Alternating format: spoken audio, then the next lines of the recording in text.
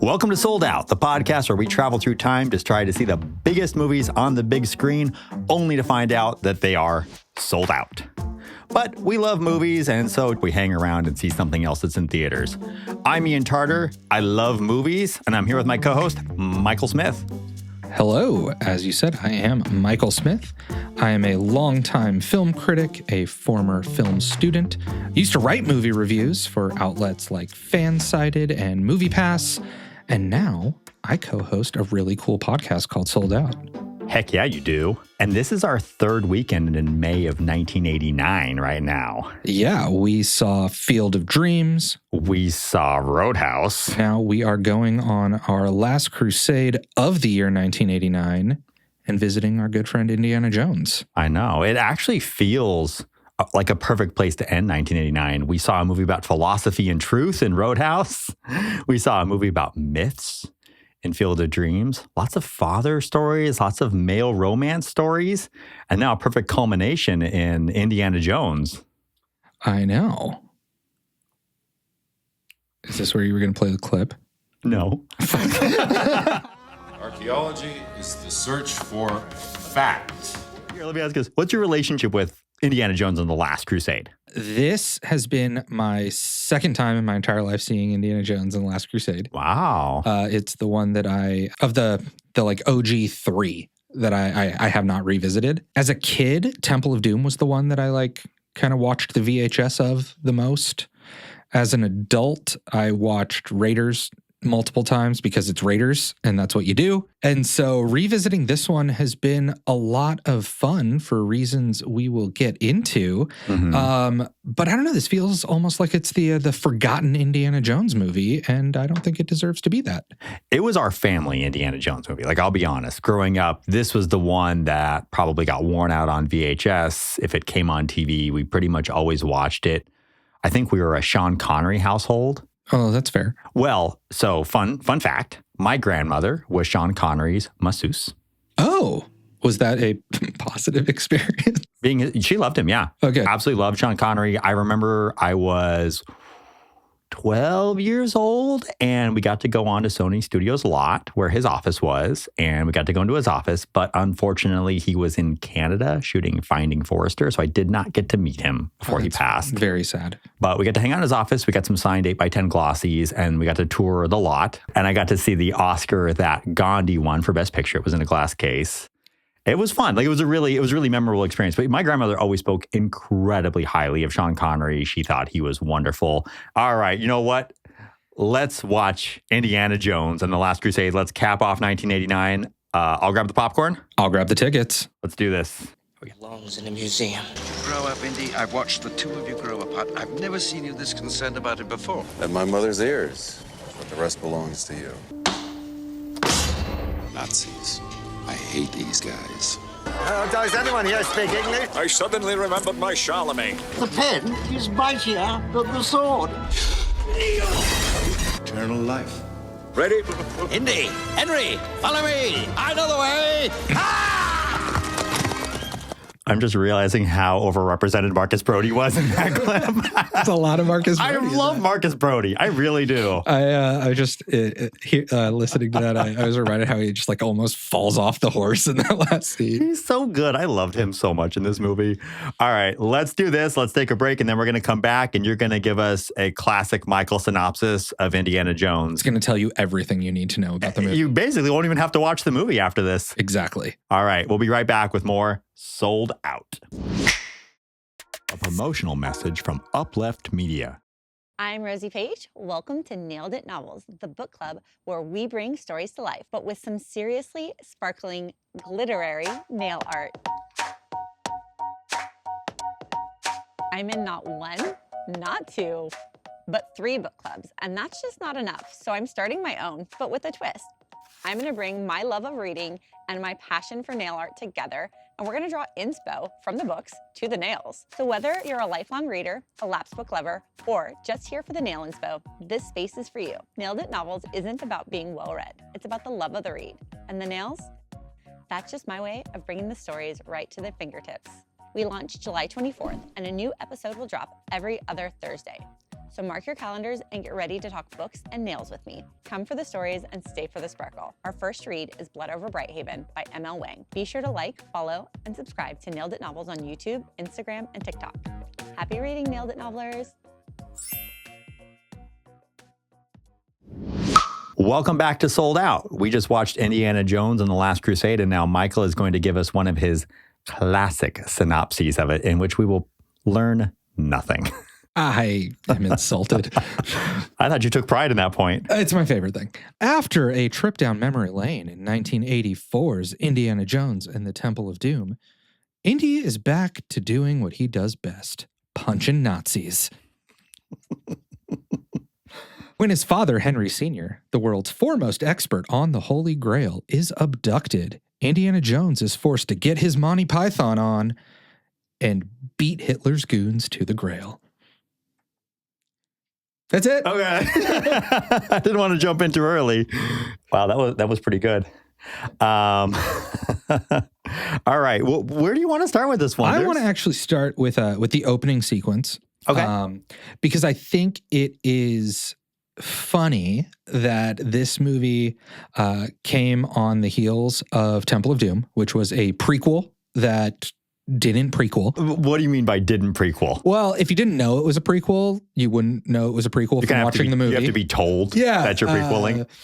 It gives you no backstory. It doesn't provide like context that changes the dynamic of Raiders. It doesn't do any of those things. I love it for all those reasons. No, it's that's not a criticism at all. Just an observation. Yeah. But this movie opens with a sequence from Indy's childhood, in which he's a Boy Scout, and he comes across some like grave robbers who are stealing the crucifix that belonged to Francisco Vasquez de Coronado.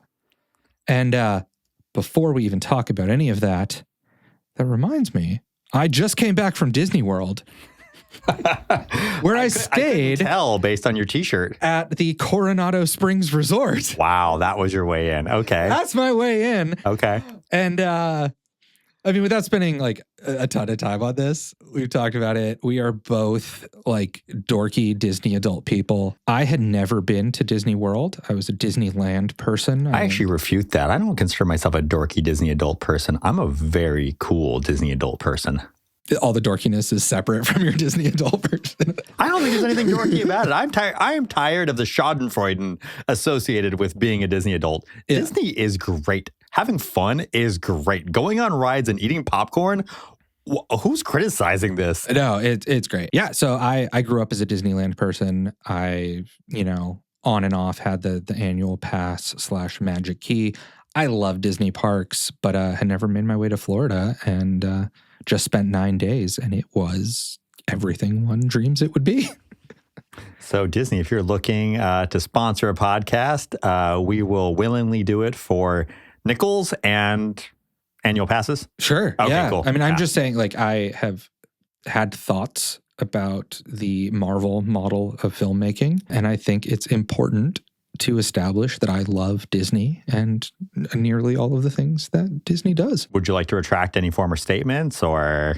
I mean, I will say that my favorite ride was Guardians of the Galaxy Cosmic Rewind. It's so good. It's so good. It's amazing. Yeah. It's a great ride. It is, I described it to a friend as Space Mountain on both steroids and crack. But yeah, let's do the prequel part of this movie. So River Phoenix playing the young Indy. How do you feel like he pulled that off? Those are some big hats and bullwhips and jackets to fill. Harrison specifically requested River.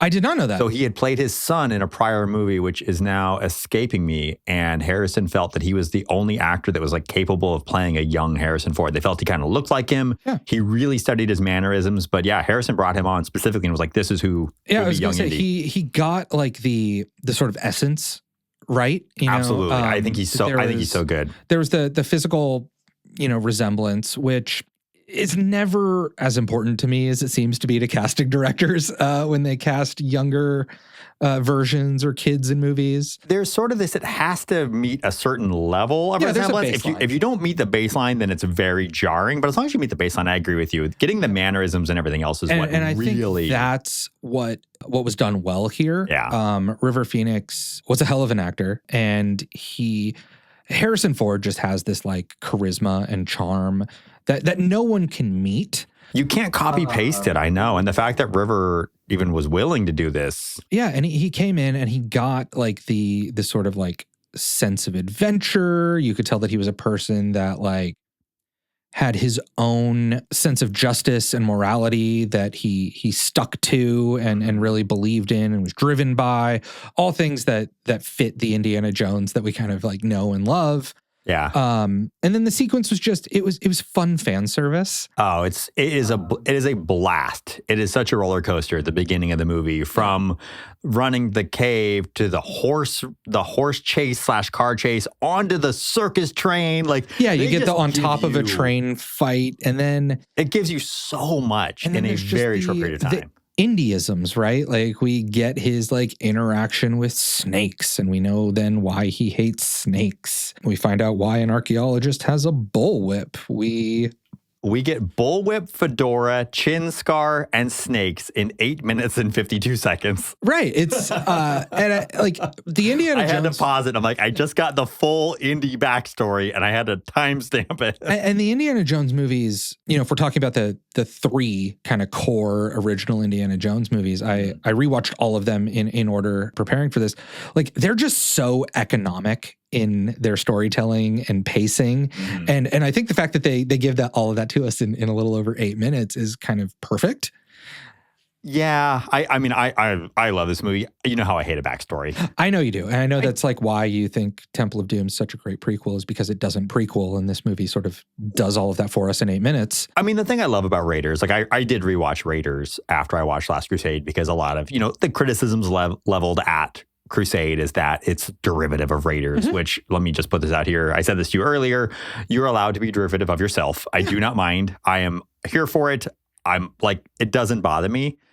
But what I love about Raiders is that you meet an archaeologist in the jungle with Alfred Molina following him, nervously sweating, and he's confident and he's moving forward, and he has a leather jacket and a fedora and a bullwhip, and it makes no effort to justify why this archaeologist. Yeah, no, it makes no sense at all, and we were just like here for it. Oh yeah, like I'm 100% bought into the fact that this archaeologist has a bullwhip. Like, why wouldn't he? And I don't know that I want answers to why he has it. It's because he beat back a lion on a circus train. That is kind of great if you're going to give me a reason. But I also I just like the mystery of it. And so having it filled in, I'm cool either way. But I will tell you what I do absolutely love in the intro sequence, besides the fact that it is a ton of fun and River Phoenix absolutely kills it, is it does a really good job of setting up two wonderful things about the Indiana Jones character that are not sort of like those, let me answer these questions about his props, but more about his character and his backstory. How old is he in this? I forget, because it's 1912 when that takes place. So he's probably, what, 16? Something like that. Probably in there, right? Okay. In that. So from the age of 16 until when we encounter Indy in this film, which is as old as we've seen him up to this point, right? He has not changed one bit. No. This character has no arc. He chases treasure. He has a bullwhip. He has a fedora. Nothing can stop him. He's clumsy, but he wins at the end no matter what anyway. I love that, like, you get this Indiana Jones at age 16 and there's no evolution. He gets a PhD only to be taken more seriously. But the other thing I love about it is that it establishes the one thing in the world that can slow Indy down. And this is one of my favorite moments in the movie. It's great. Dad! Oh, It's important. wait. Count to 20. No, Dad, you listen. Junior! 1, 2, 3, 4. In green. Because he has run from a cave to a horse, been chased by bandits / treasure hunters. He fought snakes and lions. Like, we have seen this kid do incredible things and nothing stopped him. I mean, they pulled a gun on this kid. It's pretty dark. But Dad, Henry Sr. can absolutely stop him cold in his tracks. And it's such a great setup for the rest of the movie. It really is just like, oh, pitch perfect. Yeah, it's a great way to open the movie. And to your point, it's absolute fan service. So much of this movie is. But when you're making the third movie in a series about a beloved character, I mean, you give us what we came here for. Well, not just that. I think it's also know who you are, right? So when you're paying fan service in a movie that the original was designed to make a bunch of fans. I mean, this is all based in the world of sort of pulp literature that's supposed to, from one episode to the next, and to always sort of have these beats that you expect to happen. It would be insincere to not pay fan service to us. Like, of course. Yeah, this is before we got the mini series on HBO. These were our mini series. We got to come back and revisit with these characters and get some of these familiar beats that made us feel comfortable, get that escape at the movies. Like this movie is not out there trying to get Oscars, although it did get one. It did. Yeah. But that's not what it's there for. It's there to be an absolutely good time at the movies and provide a little bit of comfort for like the whole family. And I think it just kills it on that front. It does. Yeah. But since we're into dad, like let's talk father-son relationship. Let's. So, fun facts about this. Lucas wanted to make a third film. A lot. He kept coming to Spielberg about it. He's like, let's do this. We should go after the Holy Grail. And he kept trying to pitch him. And Spielberg was like, the Holy Grail is boring. That is a cup. Like when we got to the end of Raiders of the Lost Ark, it's this big ark that we can carry around that is full of mystery. And we don't know what's inside of it. And we can imbue it with all of this interest. He's like, the Holy Grail is just a cup. Audiences have seen a cup. We have. Yeah. Like we're not going to blow their minds with it. And so he kept got one. We're not going to... Like, it's not going to be the same experience for people. And that was when Spielberg was like, but if we bring dad into it, what if it's not about the cup? What if it's about him pursuing his relationship with his father? We don't know anything about it.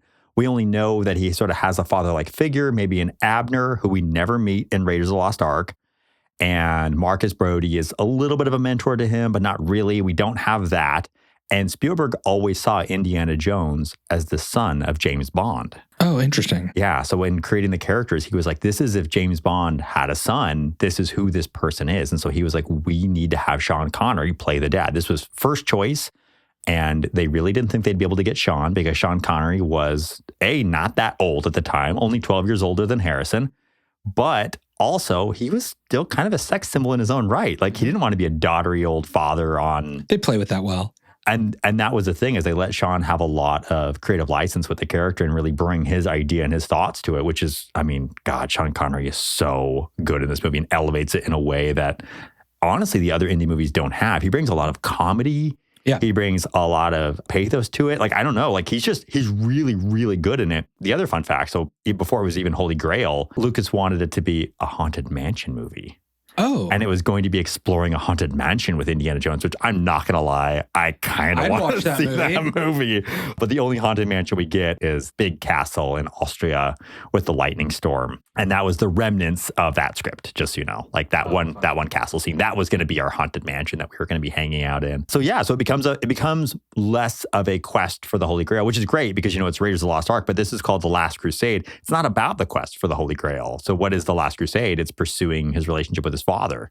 Which connects back, I think, to that opening scene, right? Like exactly. This is, despite, the fact that in those 8 minutes we get, little hints into the origin story, the whole movie is really who is Indiana Jones and what made Indiana Jones. Mm-hmm. And we get there through this search for and relationship with his father. Mm-hmm. And it's great. I mean, the chemistry between Connery and Ford is spectacular. Their comic timing together is timing is so good. There's just this like repeated thing where Henry Sr. keeps calling him Junior and Indy gets mad at it. And it's done well. I mean, I didn't count. You probably did. But it's what, like 20 times it happens. It's the same joke over and over again. And it works every single time. Well, it works every single time because it's done in a different sort of context and catches you off guard each time. And because each performer is so good that, and it reinforces that not unlike Indiana Jones, who's sort of in this state of arrested development, their relationship is in this state of arrested development. Right. They've had a falling out. They're not close to one another. I guess you could describe it as an estrangement. Yeah. Like, I don't even know if it's a falling out. It just feels like they never fell in. They never fell in, right? Yeah. You find out that his mother died young. Such a weird throwaway line that I actually had to turn the subtitles on for. I never realized that that's what they said in that line. I backed it up. So I was watching it and I backed it up like the 10, 20 seconds. And yeah, you find out that she was sick, didn't really tell anyone she was sick, died. And then Henry Sr. kind of did his best, and that wasn't what Indy was looking for. I mean, his best was to give Indy freedom. Mm-hmm. And that's the thing is, you say it wasn't what Indy was looking for, but would Indy be Indy? I mean, obviously not. Yeah, if he didn't have a father who was a little bit disinterested, distant, and gave him freedom to run all the way from Zion National Park to home. Right?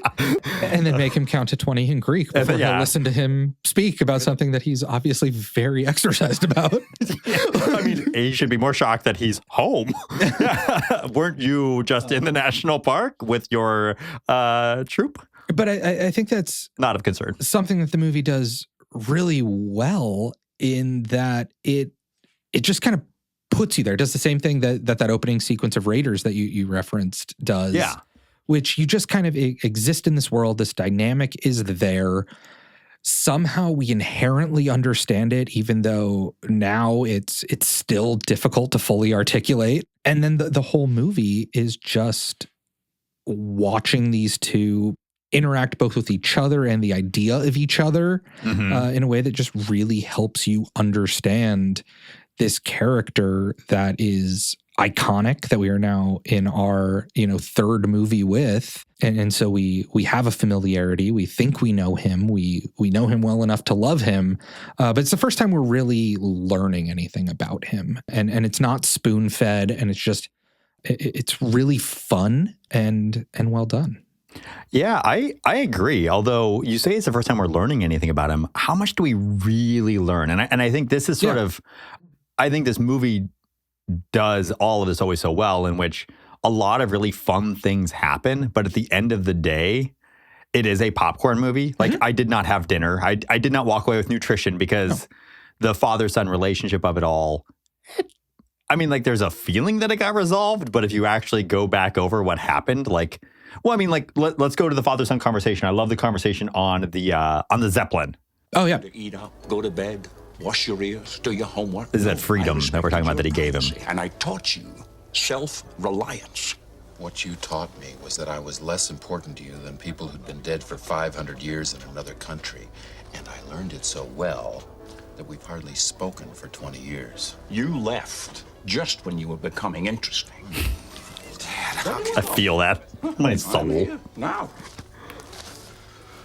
what do you want to talk about?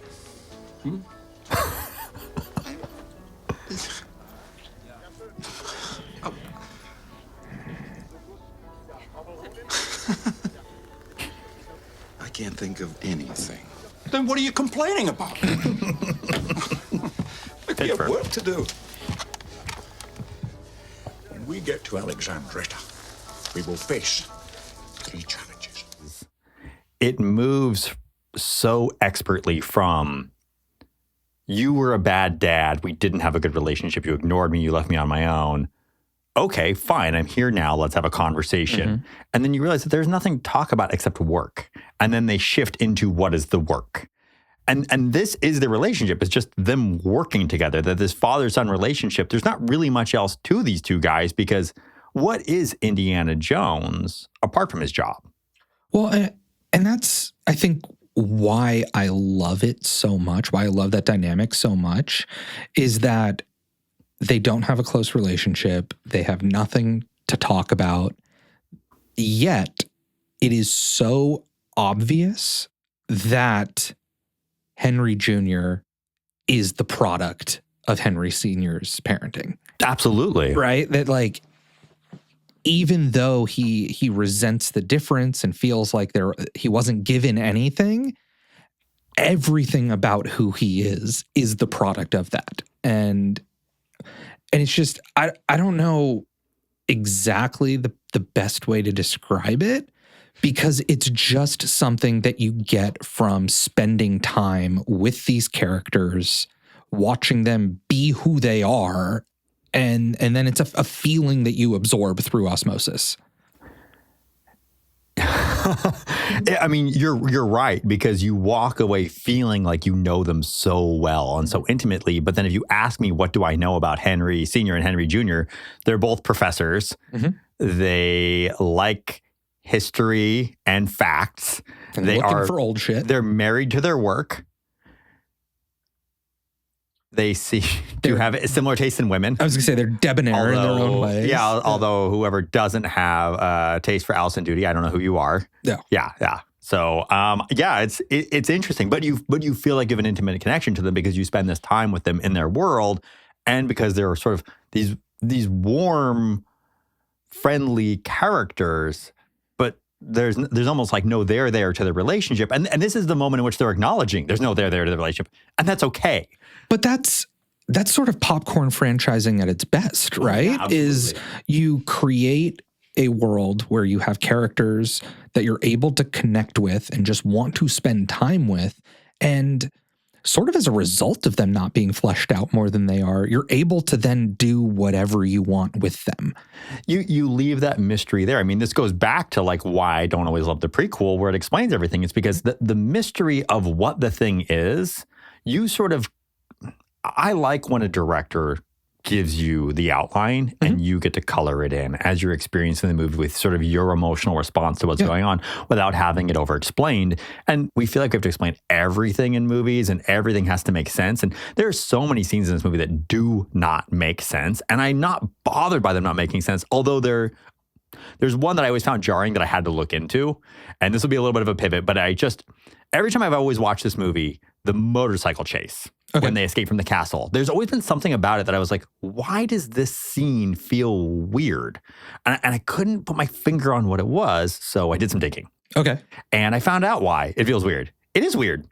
So they screened the movie, and Spielberg was like, not enough action. We need more. I don't know why. He's like, there's just like this lull. That's what's really missing from these Indiana Jones movies. Well, the expectation is that, you every beat, you've got some great chase, you've got some great adventure happening, and he felt there was a lull. So they went out to Skywalker Ranch without a script and a motorcycle and a couple extras and some stunt guys and just shot a motorcycle chase because they wanted a motorcycle chase in there. And so it was completely shot at a different time, at a different location. And this is where I started putting the pieces together. They walk in the haunted castle and you've got lightning and rain and it's night. When they come out this like door to a river, it's daylight, it's clear, like time has warped. They were in the castle for a while. They were in the castle actually for about an hour and a half. Whatever. And here's, again, it's not a criticism, but that was always a part of the movie that felt very jarring to me. Even though there are lots of other moments that because I have to dig into these things, I was like, wait a minute. When they escape in their airplane, how do they wind up on the coast? I thought they were in Berlin. So I did some math. And it would have taken them several hours to get to the nearest coast, not nearly the amount of time that they travel. But it's also fine because it sets up the seagull scene, which if there's like a scene from this movie that like I always remember, that is the scene that I will always remember, because that's the scene where you realize that Henry Sr. doesn't have a bullwhip, he has an umbrella. He doesn't have a fedora, he has a bucket hat. And he doesn't have a leather jacket, he has a bow tie. But he is Indy Sr. Yeah. Yeah. Like he's not Henry Jr., he's Indy Sr. in this scene and he just solves problems a little bit differently, but he still is like charming, debonair, sex symbol. And it's just like, it's working. Yeah, it really is the perfect senior versus junior moment. Mm-hmm. And that's so much of what the movie is and does well, and what makes it work as an Indiana Jones movie. Mm-hmm. I think that scene and then the tank chase scene are the two that just absolutely stand out to me as some of the most fun. The tank chase scene as just an action set piece where you just have this like, in this case, literal sandbox, but you have this like sandbox with some toys and it's just like, let's do some cool shit. And they do. Yeah, absolutely. There was just this request to have a World War I tank on set, and they're like, what are we going to do with it? Well, we'll figure something out. And there was no scripting for this. It was all just done on a storyboard to figure out what they were going to do with all of this. And also during the scene, I think I told you this earlier, Harrison's stuntman, his stunt double, was like, hey, I need to do some work. Could you let me do? Yeah. Because like the scene where he's hanging from the blown up tank gun with the with his bag, that's Harrison just hanging off the side of the thing. And they had crew members up top with shovels just pouring dirt and clay over the top of his head as they were dragging him down the side of that wall. It's great. It gives you these like comedic beats too. It's the funniest of the indies. It is 100% the absolute funniest. I love there's a Marx Brothers reference in it. And you're like, oh, yeah, this is a little bit of a Marx Brothers like goofiness. Calls him. He's like, my role sent it to the Marx Brothers. Yeah. And Indiana Jones like shoots through 3 Nazis with a single bullet. Like there's just all of these things that are just like, yeah, Steven Spielberg does this kind of thing as good as anyone else. And it's just like, okay, I want these fun action set pieces and we're going to do some fun stuff with it. And so, yeah, of course we're going to have the tank blow up a car and we're going to have Indy hang off of the gun and he's going to shoot through 3 Nazis with a single bullet. And, you know, Henry Sr., who is Indy, but the like less experienced in adventure and, you know, not more clumsy, equally clumsy, but in a more obviously clumsy way, like finds his way inside of a tank trying to be heroic, but screws it up. Like it's a blast. It's the most Indiana Jones sequence of all of the Indiana Jones movies. Those 2 scenes are the 2 that I remember the most. But, you know, we're kind of getting into it, but like I really want to talk about the Indy touchstones in this movie. Yeah. So, you know, we go from covering our female leads in snakes to covering them in bugs. And now they like Spielberg literally said, he's like, I'm running out of creepy crawly things to put on women. So rats were the last thing. Yeah. Those rats, by the way, so getting that many rats was way more of a task than you would think. You'd think getting a bunch of rats is easy. You just go to New York. Right? Well, the issue is if you get rats that are not bred in a specific way, they carry diseases. And then you can't have them work with your cast and crew. They bred 1,000 rats and raised them in a controlled environment. So these are specifically made to be gross in an Indiana Jones movie, rats. And they had to figure out a special insurance policy for them because they had to insure all of the rats. Wait, they had to insure the rats, not insure against the rats? Mm-hmm. That's funny. It was so costly to make them, they had to have an insurance policy for the rats. So yeah, you have the great creepy crawly scene though in that awesome cave scene underneath the library, which like just again, like I love the X marks the spot of it all. I love that you just get this random cave under a library, and you get to throw logic out the window because there are not catacombs in Venice. Because of the canals, I presume. Because of water? Yeah. Yeah. The movie has so many like great little like one-liners too. And like one of my favorites is in that scene. They're like going through the cave and there's like the pictures on the wall that are like telling a story. The one that's telling us right about the Holy Grail. And she's disinterested. Yeah. And so Elsa's like, oh, what's this one? And he's like, oh, that's the Holy Grail. And she's like, are you sure? And he's just like, pretty sure. It's like this throwaway line that like is a direct reference to the previous movie, and it's obvious that that's what it is, but it's so glib, and I don't know. I found it endearing. Well, I mean, it's funny because like Indy, he believes all these things belong in museums. That is his belief. If he has one belief in the world, is that these treasures should not belong to people. They should belong in museums. But then once they're there, he's lost all interest. It's like, cool, done. He treats his relics like he treats women, man. He kind of does. Yeah. Been there, done that. A love-hate relationship. Yeah. Which is another one of these like Indyisms. Oh yeah, totally. Like every movie has a scene where he's literally making out and arguing with the female co-star simultaneously. Well, you know what I love about that too is it seems like Indy's in control of these relationships, right? But I actually really want to examine his relationship with Elsa specifically and the number of clues that he misses about Elsa because he's such a dope. Yeah. I think the first and best is that when her room gets flipped, right? he walks in and he's, oh my gosh, like her room's been torn apart. My room's been torn apart. And he goes in the bathroom and she's standing there just incredulous. What's going on? Oh my goodness, they went through my room. He believes that she was in the bathroom and didn't notice that there were people that completely destroyed her room.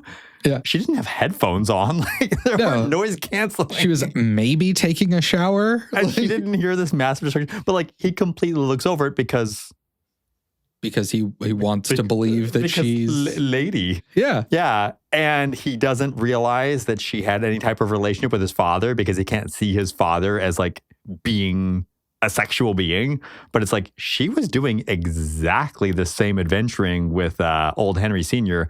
not but a couple weeks ago.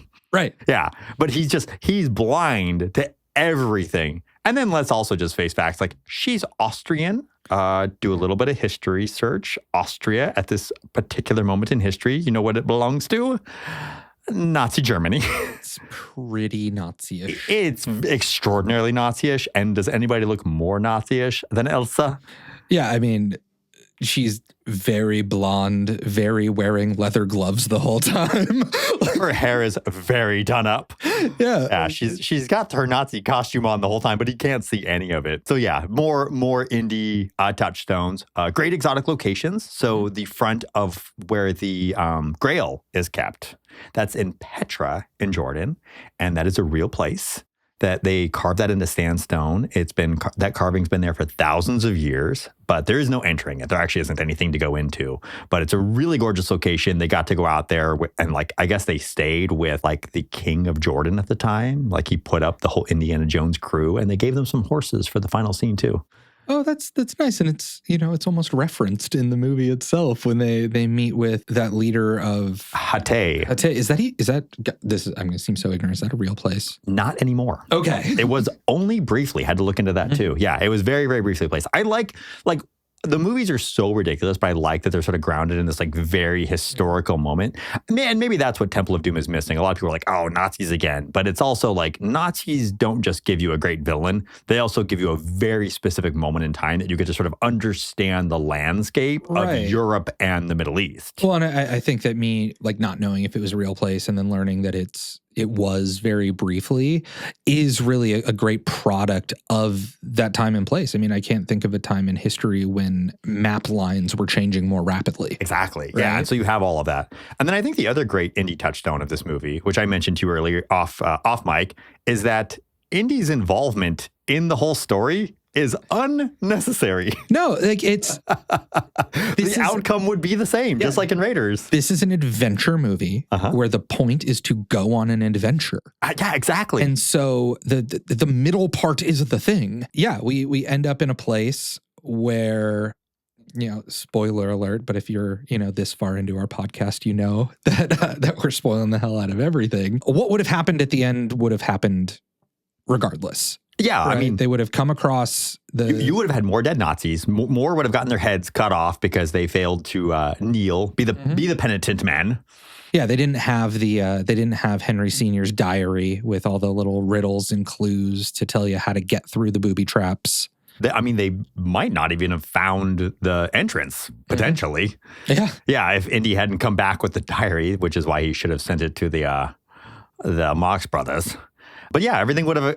Donovan, if he'd gotten through, he still would have picked the wrong chalice with Elsa. He would have drank from it. He would have become a claymation dust and bones. That was a scene in the movie my parents wouldn't let me watch. I always had to cover my eyes. Cover your eyes. I had to cover my eyes for that scene. Did you have to cover your eyes for like the face melting in Raiders too? Dude, I didn't see the face melting in Raiders until like I was 32. I had it, and I had it built up in my head so much that it was the scariest thing you could see. Whatever happened at the end of Raiders and whatever happened at the end of Last Crusade was so horrifying that I was covering my eyes at those scenes well into my 30s. And it's just like Harryhausen-esque silliness. I love it. It's so good. But like the fear that I felt about what happened to these people, I wish I could relive it because I love that kind of fear now. Yeah, I mean, like a good scary movie is like the shark in Jaws. It is. Right? Yeah, you don't see it. And so because you don't see it, it's so scary. But yeah, so Donovan would have drank it. Elsa definitely, if she got the Grail, she would have walked across the crest and fallen into the pit. Like everything would have happened the same. The only question is, would Henry Sr. have been okay? And that's what we don't know. And that's kind of the point, right? Well, that's what I love about the movie. Is that the He Grail actually does have an actual purpose in this one, unlike Raiders, where it's like the whole thing is an adventure. Well, the father-son of it is there. The Grail is the MacGuffin, right? You told me earlier, like that Spielberg even will refer to the Grail as a I MacGuffin. think he called it the MacGuffin He didn't in the want making to of, make the Grail movie. He wanted to make this other movie, and so he Helps it did. boring. And yeah, so you go on this whole adventure. You search for a cup that they don't get. It doesn't make its way to a museum. It doesn't matter. The only time the cup matters at all is when it's used to save Henry Sr. And the only reason Henry Sr. needs saving is because Indy's there. Yeah. And so, yeah, you go on this whole thing so that this father-son relationship can be sort of rekindled and reconciled to the degree that it can be or needs reconciliation. And by the end of it, you get that nice feeling scene at the end where they're kind of together and seem to have a better understanding of, or maybe not understanding, but appreciation of who they are to each other. And we just had a lot of fun getting there. I mean, that is it. Poor Elsa, though. She has a really rough go there at the end. I actually does. like that is to me a more horrifying death than what Donovan goes through. To fall into just a pit of cloud away from him, knowing that if you hadn't reached for the Grail, I wonder if Let it go. she had just let it go.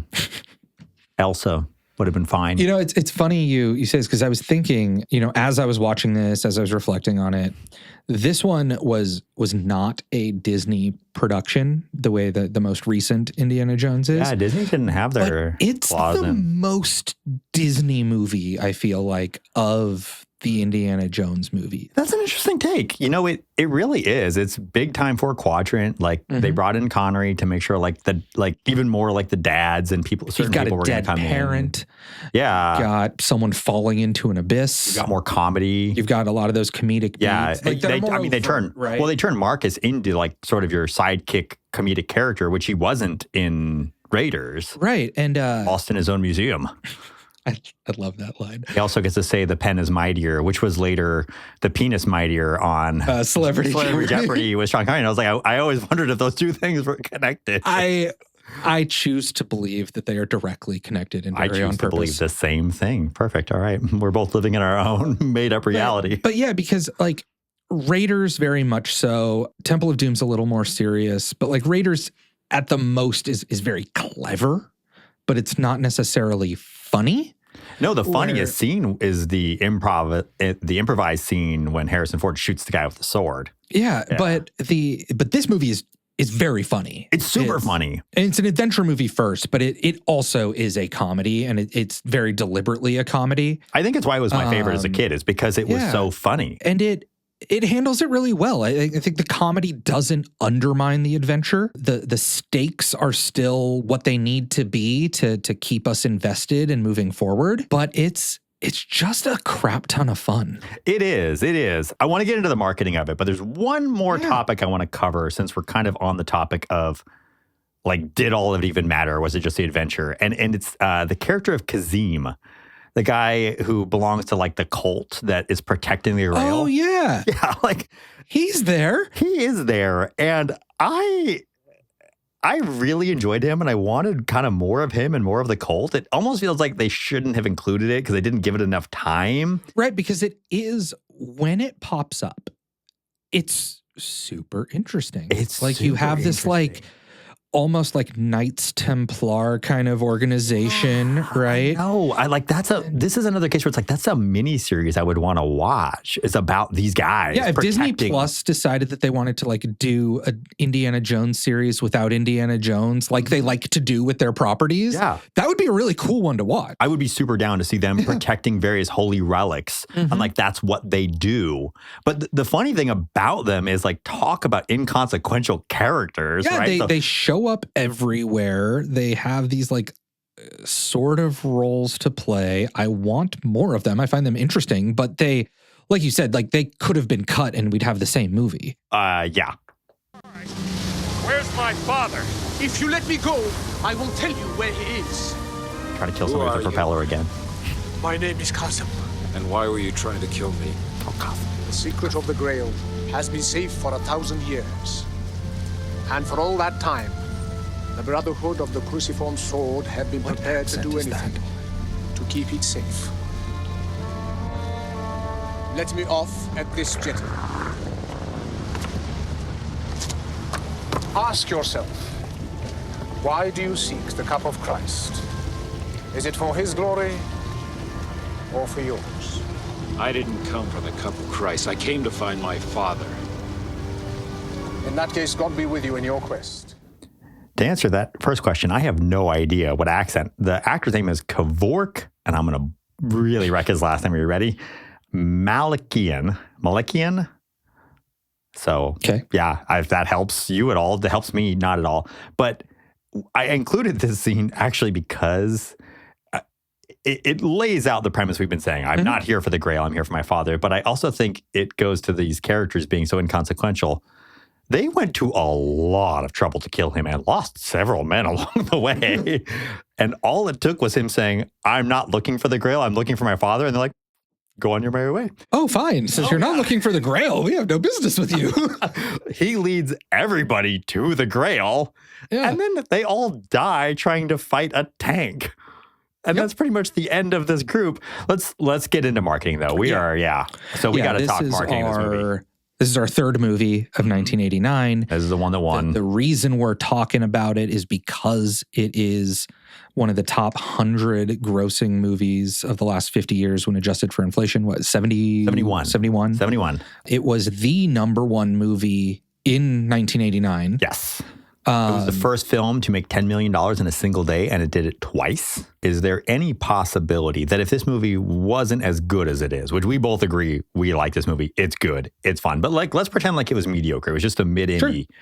Is there any possibility that it's not hitting this top 100 as the third film and Sean Connery's in it? You know, I don't think that possibility exists. I think that Indiana Jones is a good enough character, and it's tough, right? Because it's 2025. We have, 36 more years of Indiana Jones existing and being put a fedora and a bullwhip on a stool with no context. And everyone knows it's Indiana Jones now, right? Yeah. In 1989, coming off of what I understand to be a little bit of a Temple of Doom backlash. I don't know if it was a heavier lift than maybe it seems now, but backlash, it still is a top 100 film. And it's also good for the record. Like, it's also good.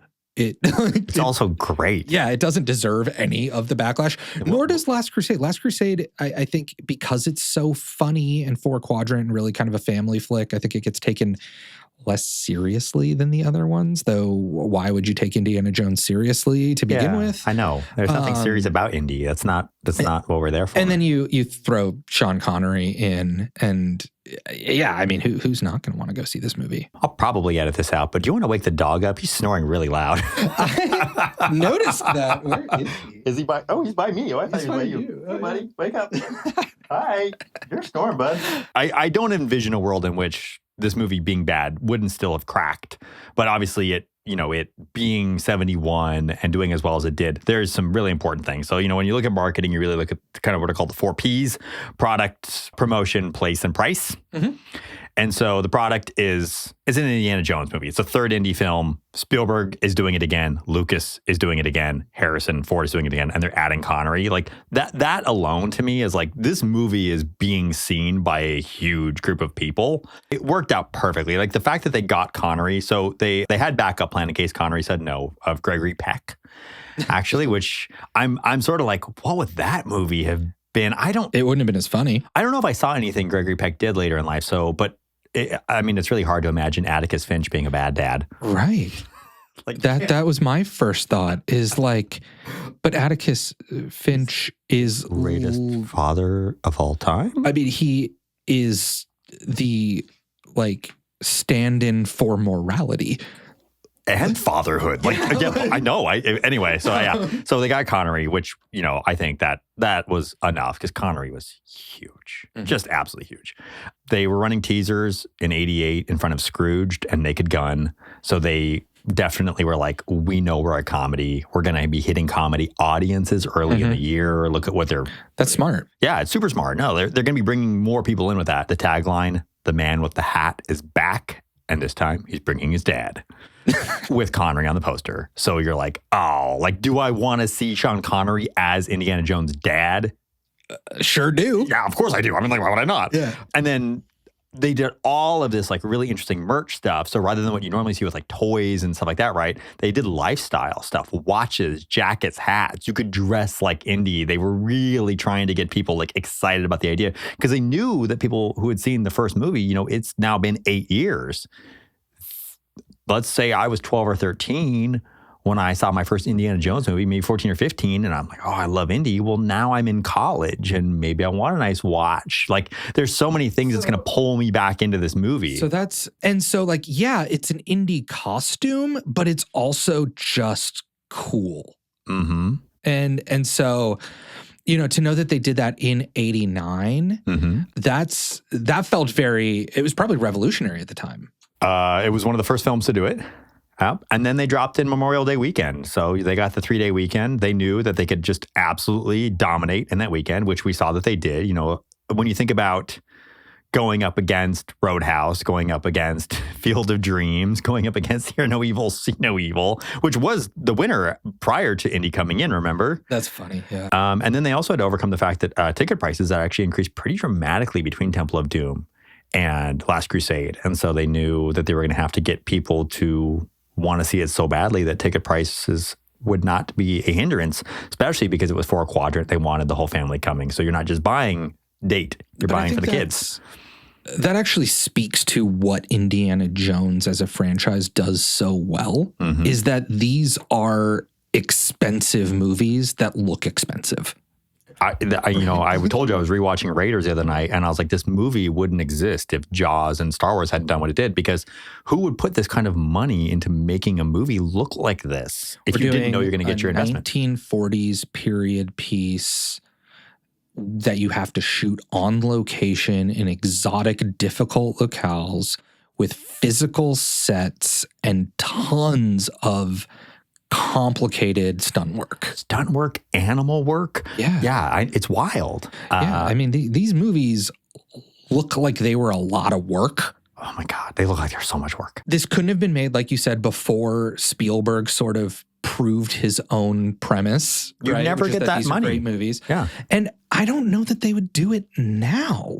Like the just risk and investment involved and time, like maybe Nolan, I think today does that kind of work. Yeah, I think he does.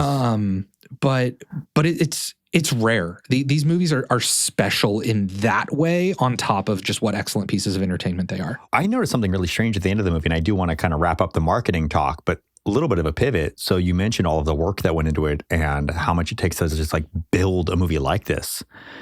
At the very end credits, it doesn't say Spielberg. It doesn't say Harrison Ford. It doesn't say Sean Connery. He leads with the crew. Oh, that's awesome. I know. And I learned that Spielberg did this a lot because he loves the technical aspect of filmmaking. He believes that it's this artisanal work that a bunch of artisans coming together make a movie. And, you know, not to keep doing this, but at Disney World, the one Indiana Jones attraction, this is changing soon. They're going to make a ride, but the current Indiana Jones attraction is a show. It's a stunt spectacular. And the way that it's framed is around a sort of fictional second unit stunt crew. It's so meta. It's weird to have a meta stunt spectacular. Filming these practical stunts and practical effects, right? So, you know, it almost is perfect that he led the credits with the crew because Disney's current big celebration of this movie are those kind of like blue collar, rough and tumble workers who make a movie like this possible. And you got to love it. Like there's something that makes the movie even more charming, knowing that you have all of these big stars, but when it comes to the end, leading with the crew, I don't know, it just, there's a cockle in my heart that gets a little warm just knowing that, because Crew does get overlooked. Production design does get overlooked. Effects departments get overlooked. Lighting gets overlooked. And all of that is so much work, especially on a film like this. But yeah, I just want to wrap up with what Ebert said about this movie. Yeah. Only because it leads really nicely into something he said later that When Raiders of the Lost Ark appeared, it defined a new energy level for adventure movies. It was a delirious breakthrough. But there is no way for Spielberg to top himself, and perhaps it is just as well that Last Crusade will indeed be Indy's last film. It would be too sad to see the series grow old and thin like the James Bond movies. That's from RogerEbert.com. So it's a positive review. He loves it. He thinks Crusade, but he's glad it's over. And shortly before he died, he got to see Crystal Skull, and he wrote a glowing review of it. And the article I read by him, I didn't get to read the review, but I read an article where he was talking about turning in his review for it and the almost shame and embarrassment that he was like, I'm going to be the only one that reviews this positively. But it actually got a bunch of positive reviews. It was the fans who rejected it, not the critics. Yeah, and I need to rewatch it because I was one of those fans that rejected it. But I think I rejected it based on my idea of what an Indiana Jones movie was. And now having rewatched these first three in sequence as an adult, I think that idea is kind of wrong. I think that the Indiana Jones movies have always been kind of silly and played with the supernatural and gave a lot of credence to, some of the harder to swallow elements of religion and things. Like there's always been a magic to it. And yes, they're grounded in history in a way that I think sort of balances that out in a really, really great way. But I think you watch Crystal Skull and I'm like, oh, aliens. Why would I take aliens seriously in an Indiana Jones movie? And I just don't know if that's that much sillier. Why? Because there's a 500-year-old knight or a man pulls a heart out of another man, and those are totally believable things. We get so precious about our fandom where we take the fandom more seriously than the movie takes itself. Right. And I think rewatching these movies in the context of knowing that I was going to have this conversation really did me a service as a member of the audience of being able to meet them on their own terms and watch them for what they really are and not maybe what the fandom has decided they want them to be. That is a great place to pause, and then we'll come back and nominate our MVPs. This has been an awesome chat. It has been. We'll be back with more Sold Out. Welcome back to Sold Out. Just had a really fun conversation of Indiana Jones and The Last Crusade. We both loved it, and now it's Indy. We get to talk about the thing we loved most, our MVP of the movie. Do you want to say it on three? Let's say it on three. 1, 2, 3. Sean Connery. Yeah. You want to be creative when doing a bit like MVP. You want to, maybe pick something underappreciated, unnoticed to bring to the fore. And I tried to do that. I brainstormed. I looked through. There's tons to appreciate. We gave some flowers to the crew a little bit earlier. I almost went production design crew on it. There really is some incredible production design. They deserve it. But this movie would not be what it is without Sean Connery. It would be Raiders 2 without Sean Connery. We both, I think, established pretty clearly that we love how overtly funny this movie is. And so much of those just deliberate comedic moments come from Sean Connery. His comic timing is impeccable. And I think what's great is that is not the Sean Connery that I necessarily know. No, like he Sean shows up in such Connery an unexpected has way. this gravitas to him, and he feels like he's important. He's Sir Sean Connery, and he comes into this and he is just campy and chewing the scenery.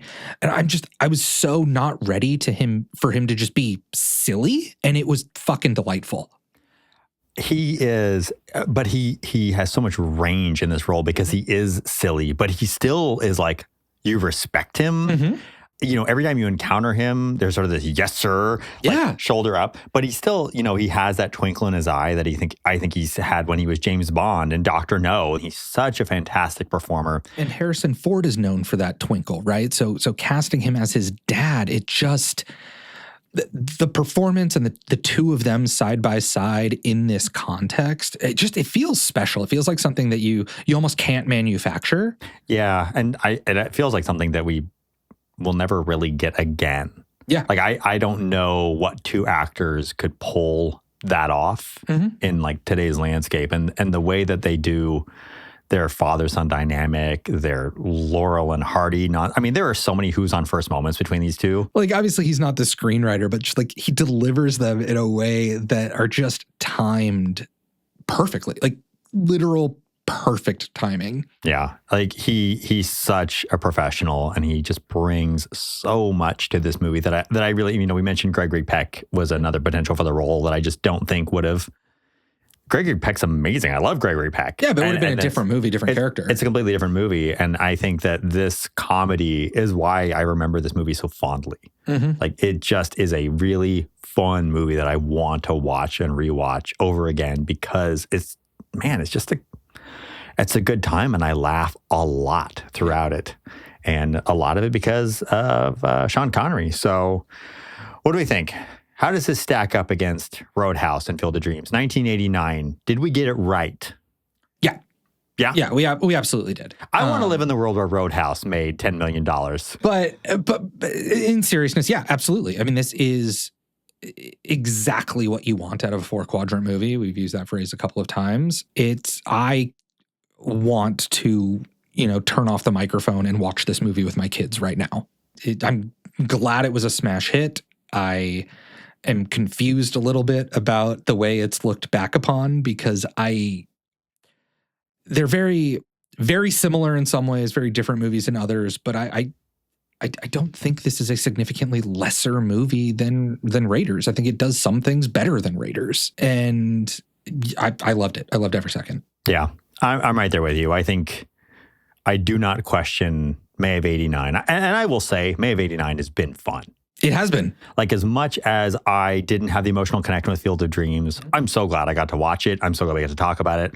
I loved Roadhouse. Roadhouse was just a fucking blast, and I never would have watched it if we hadn't gone back to the movie theaters in this year and getting to re-experience this film. And watching a movie for this podcast is always different than just watching a movie, because I'm watching it to enjoy it, but I'm also trying to take note of what makes it good. Why am I enjoying it? And going into it, and I'm realizing just how much work and how much fun and how much, I don't know, just this movie has a magical quality. You've mentioned Disney World 18 times on this podcast. I will be the last to bring it up.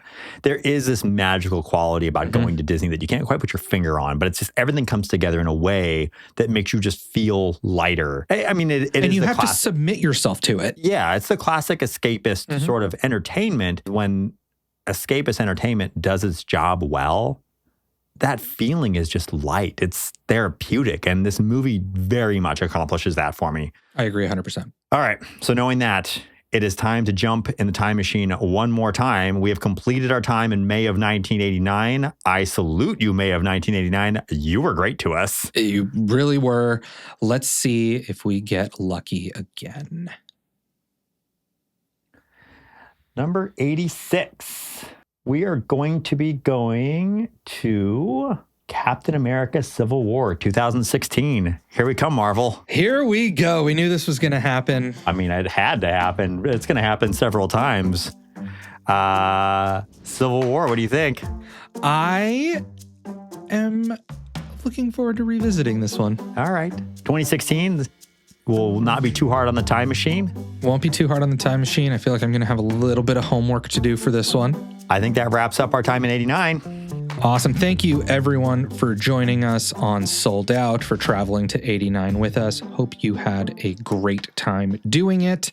Hope that if you didn't watch these movies along with us, you're a little inspired to do so now. And in the meantime, before we travel back to 2016, make sure and follow us online. We are on Instagram, Threads, X, TikTok, all of the places at soldout_pod. Please subscribe to our channel on YouTube. Ian puts a lot of work into making those YouTube episodes happen, and please watch them for him. And It sounds so sad. Like I need... before we send him back to the mines. And sign up for our newsletter at upleftmedia.com, where you can get a preview of what movies you are watching, learn a little bit about what else we are up to at Upleft Media, not just this show. Rate and review the show on your favorite podcast platform. And Ian, where can they follow you? You can follow me at Ian_upleft at all of the places, although we keep talking about leaving X. I am not having as much fun on X as I am some of the other places. Yeah, we'll see how much longer we last there. And then, as you mentioned, our newsletter, I regularly update our blog and newsletter on our website. And it is a great place that if you want a heads up on the next movie we're going to watch, you'll get an early preview and be able to watch along. So really recommend signing up for that. Awesome. I should sign up so I can find out what we're going to watch next, because that's always fun to find out. I am at those places as well, though mostly Instagram, if we're being honest, at Michael_upleft. And until next time, we'll see you at the movies. We'll see you at the movies. See you next time on Sold Out. Sold Out is an Upleft Media production. Hosted, written, and produced by Ian Tarter and Michael Smith. Edited and sound engineered by Ian Tarter. With special thanks to Rosie Page.